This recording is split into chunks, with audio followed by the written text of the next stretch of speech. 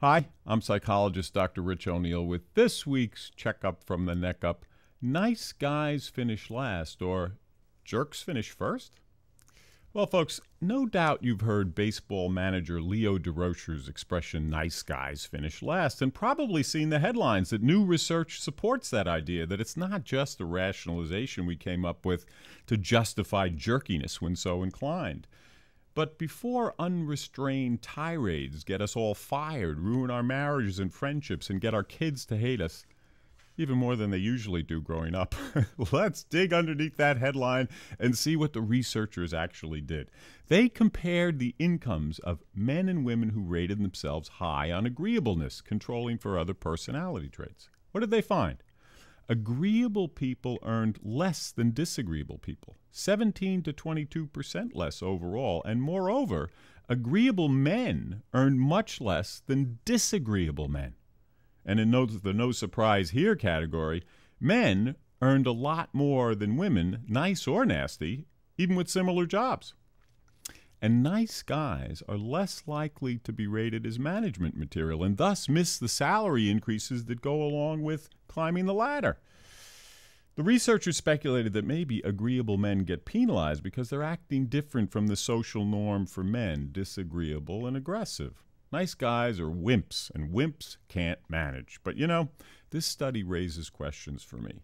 Does being agreeable mean I'm pleasant and agree with everybody, no matter what I really think, an agreeable doormat?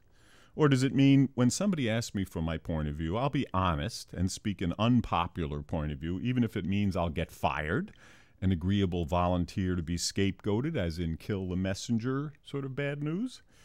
Or does it mean I'm agreeable and let other people speak different points of view, but also make sure my different point of view gets heard, to be fair to myself and for the overall good of the team, family, organization?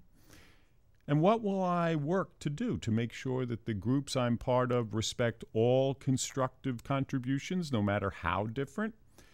This may have been helpful to President Kennedy when nobody dared to voice caution about the Bay of Pigs, or to President Bush when nobody apparently said, "I don't see any weapons of mass destruction, do you?" Goodness knows it would be helpful in our recent political discussions. And one last question. What finish line do we really value? Sure, income's important, but after we're out of poverty, it doesn't add much to happiness, while hostility links to high blood pressure, more heart disease, premature death. And good relationships predict happiness and longer life.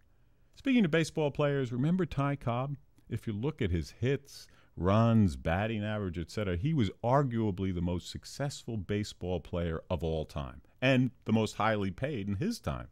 But he was also famous for being one nasty fella.